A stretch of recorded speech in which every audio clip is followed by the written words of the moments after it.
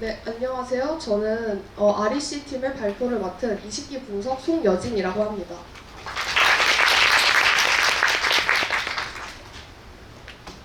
네, 저희 조는 캠핑 데이터를 활용한 추천 시스템 구현이라는 주제로 이번 어드브 프로젝트를 진행하였습니다. 네, 먼저 발표 순서는 다음과 같습니다. 먼저 저희 팀에 대해 소개하도록 하겠습니다.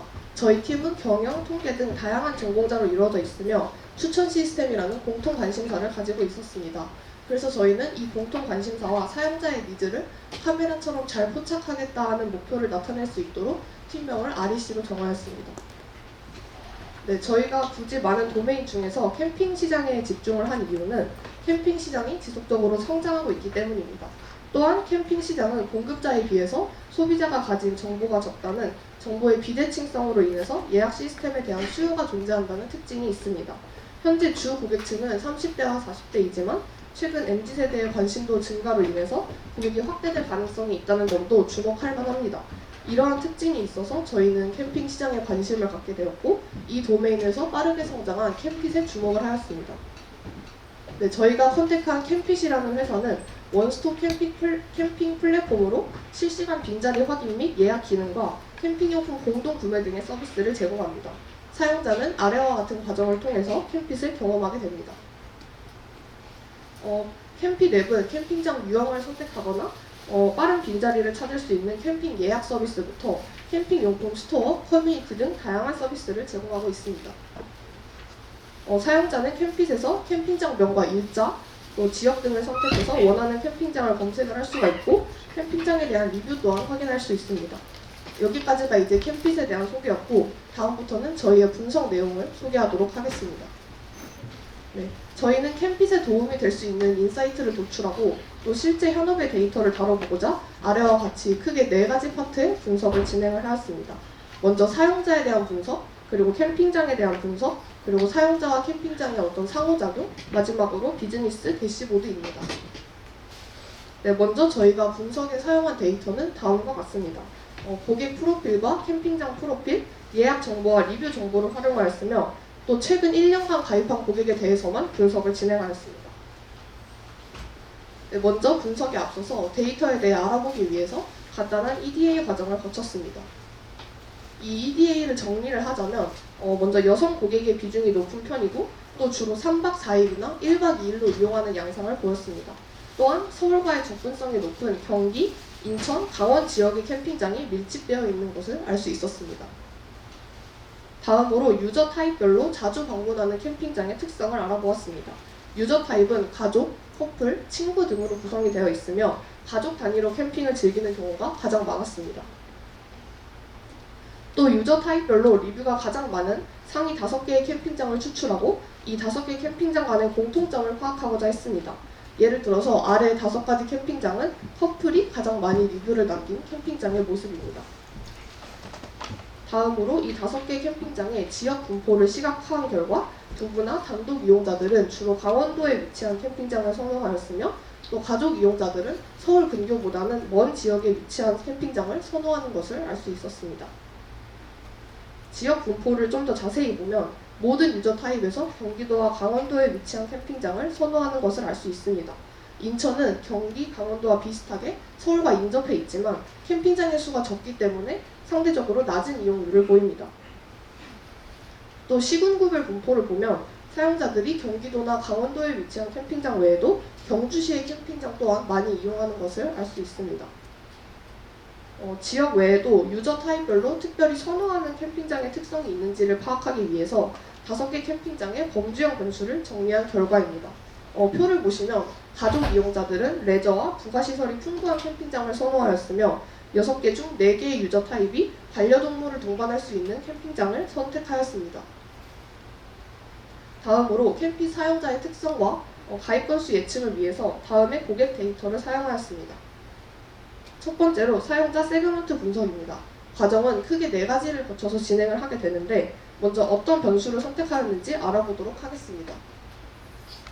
먼저 처음에는 성별, 연령대 등 범주형 위주의 변수를 선택을 했고 범주형이기 때문에 더미 변수를 변환을 해서 총 27개의 변수로 만들었습니다. 하지만 변수의 개수가 너무 많아서 성능이 떨어지기 때문에 이산형인 원래 변수 위주로 선택하는 것을 고려하였습니다. 그래서 두 번째로는 처음에 제공받았던 이산형 변수로 구성을 했고, 마지막에는 이 이산형 변수의 차원 축소를 적용해서 변수의 개수를 줄이기도 하면서 다양한 변수의 조합을 생각하였습니다. 이렇게 크게 세 가지로 사용하는 변수를 바꾸어가면서 분집 분석을 진행하였습니다. 분집 분석 방법으로는 이제 K-means, DB-scan, K-prototype 등 총 8가지의 방법과 이 방법들을 튜닝한 결과를 거쳐서 최적의 결과를 선택하고자 하였습니다. 하지만 실제 데이터의 특성이 반영된 변수들이다 보니 결과 판단의 기준이 되는 이 실루엣 개수가 생각보다 높지는 않았습니다. 그래서 최대한 전체 실루엣 개수가 크고 또 개별 집단의 실루엣 개수가 적어도 0.3 이상이 되는 모델을 선택하였습니다. 저희는 클러스터 개수가 총 6개인 K-프로토타입 모델을 대다수가 이산형인 변수 조합에 적용하였을 때 가장 최적의 모델이라는 결과를 도출하였습니다. 이 방법 외에 다른 모델링 같은 경우에 실루엣 개수가 너무 낮거나 이상치가 뚜렷하게 구별되지 않아서 적절하지 않다는 판단이 되었습니다. 클러스터별 특징은 다음과 같습니다. 보통 전체적으로 여성 고객이 남성 고객보다 비율이 높고 대부분 30대나 40대라는 특징을 갖고 있었습니다. 이용 기간이나 이용객 구성에서 근소한 차이를 보였고, 눈에 띄는 점은 클러스터 2번은 대부분 20대이며 또 하루만 이용하는 비율이 높았습니다. 또한 클러스터 3번은 다른 클러스터와는 반대로 남성 고객이 여성 고객보다 높은 비율을 보이면서 중장년층이 대부분을 구성하고 있었습니다. 그리고 현재 전체 유저들 중에서 현재 활발하게 활동하고 있는 액티브 유저들의 특징을 알아보기 위한 세그먼트 분석 또한 추가적으로 진행을 하였습니다. 과정은 이전에 보여드린 세그먼트 분석과 동일하며 처음에 선택한 변수로는 가입 기간, 사용자별 리뷰, 예약, 북마크 횟수, 그리고 액티브 스코어, 액티브 유저 판단 변수입니다. 액티브 스코어 같은 경우는 리뷰와 예약, 그리고 북마크 횟수를 다 합산한 것을 의미하며 최근에 가입한 경우에는 건수당 1.5배의 가중치를 부여하였습니다.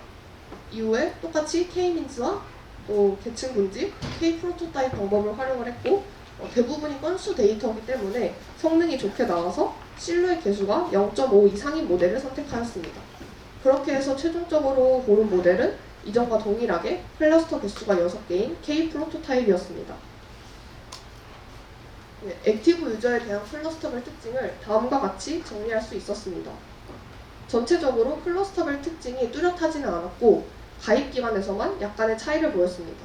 이는 다른 서비스처럼 매일매일 이용하는 서비스가 아닌 캠핑을 가고 싶을 때만 한두 번씩 이용하는 서비스이다 보니 전체적인 수치가 비슷하여 생긴 결과라고 판단을 하였습니다. 다음으로 가입 건수 예측에는 성장 모형을 활용하여 예측을 하였습니다. 그림에서 노란 그래프와 같이 성장 곡선 모형은 일반적으로 S자 형태의 비선형 곡선을 가집니다.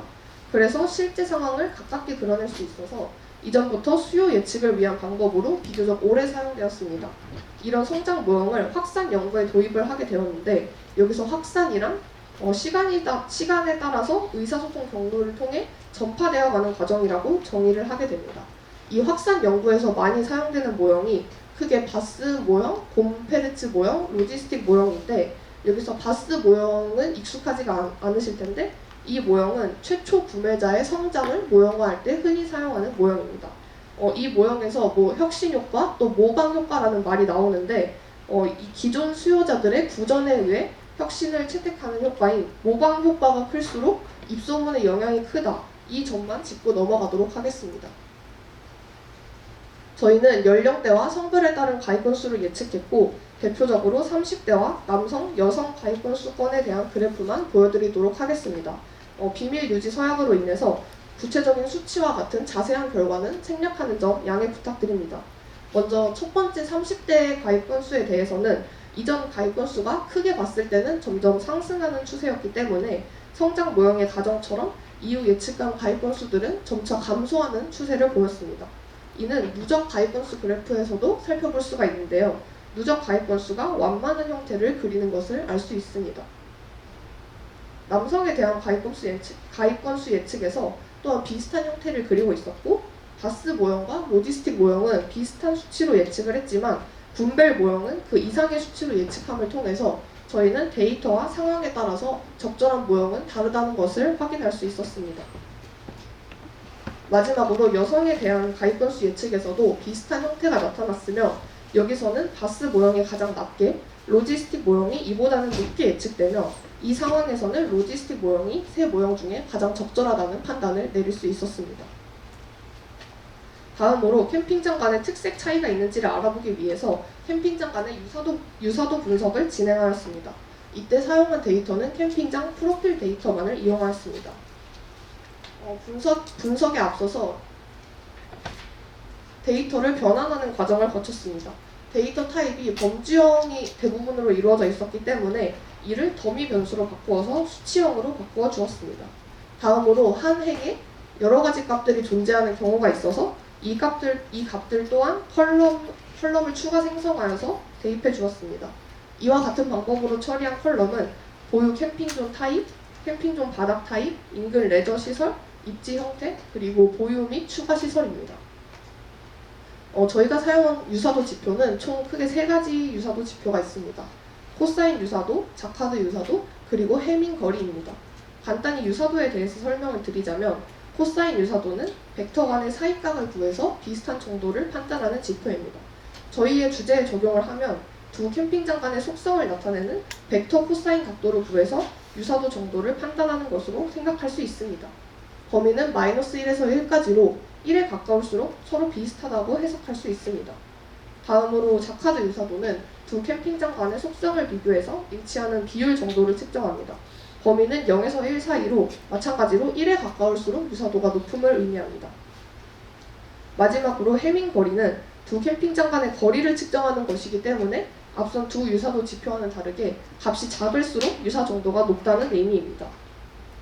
이 세 가지 지표를 가지고 계산한 결과는 슬라이드에 있는 다음 표와 같습니다. 코사인 유사도 같은 경우에는 평균이 0.64로 대부분의 캠핑장 간의 유사도가 높다는 것을 시사했고 자카드 유사도는 코사인 유사도와 비교했을 때 상대적으로 수치가 낮은 편이었습니다. 그리고 분포 또한 더 고르게 나타났습니다. 마지막으로 해밍 거리는 평균이 0.22로 범위가 0에서 1임을 반영했을 때 마찬가지로 캠핑장의 속성들이 다 비슷하다는 결론을 도출할 수 있었습니다. 결론적으로 이 세 가지 지표를 통해서 각 캠핑장 간의 유사성이 굉장히 높다는 인사이트를 도출하였고 캠핑과의 미팅을 통해서 현재 캠핑장 시설들과 위치들이 전체적으로 상향 평준화가 되어 있다는 사실을 알 수 있었습니다.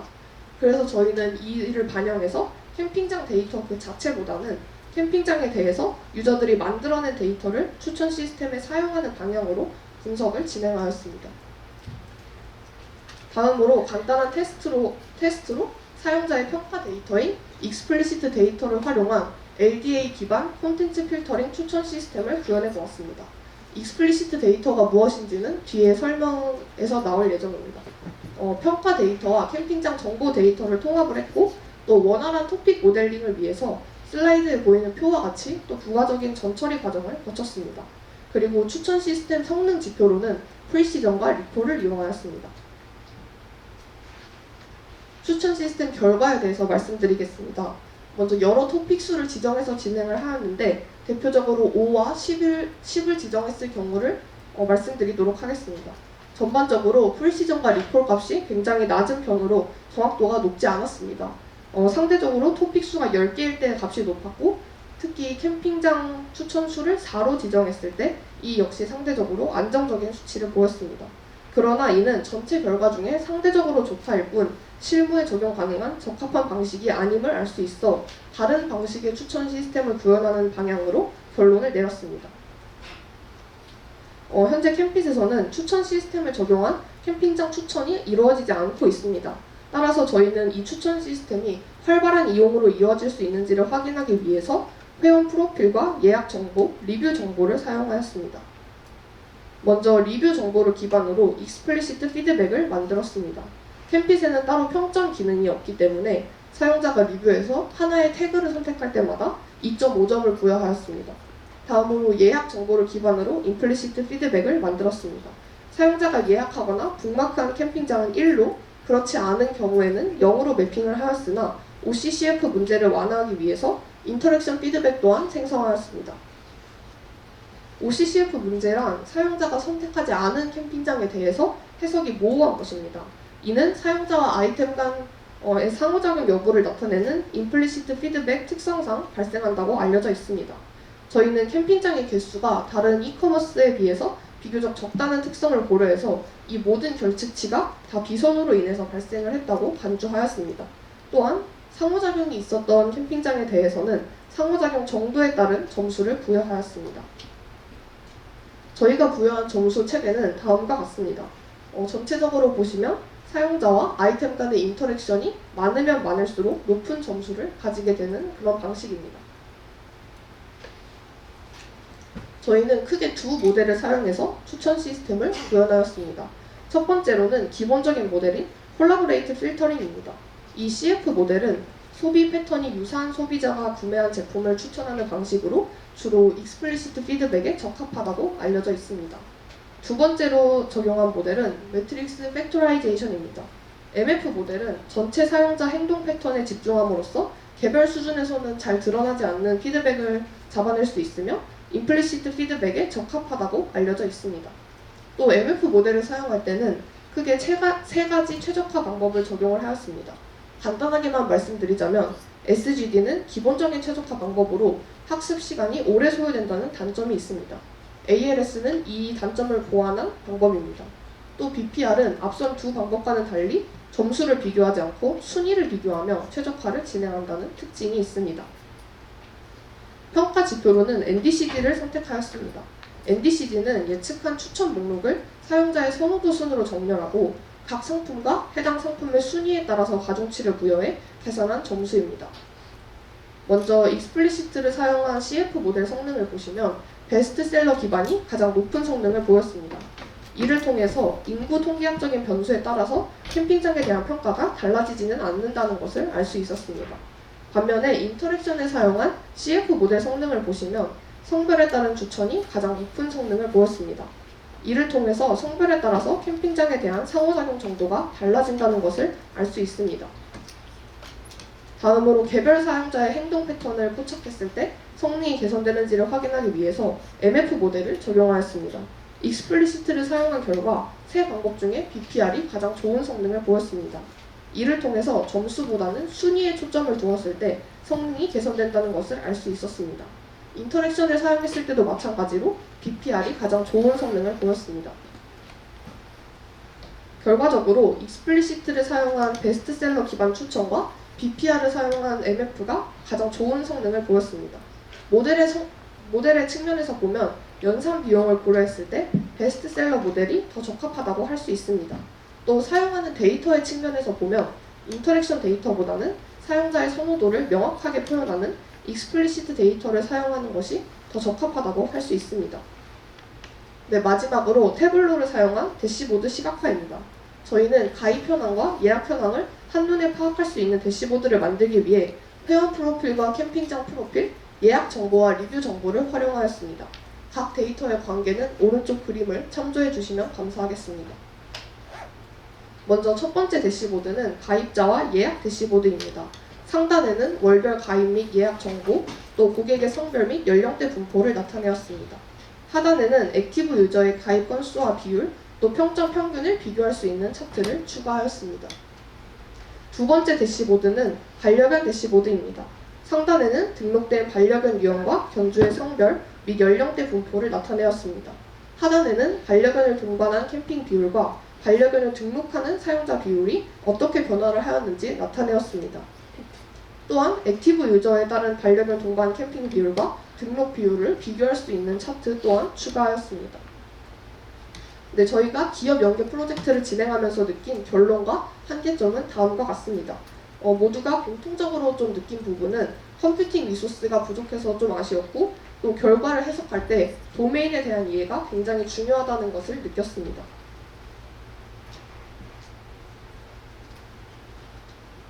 네, 저희 발표는 여기까지고요. 긴 시간 들어주셔서 감사합니다.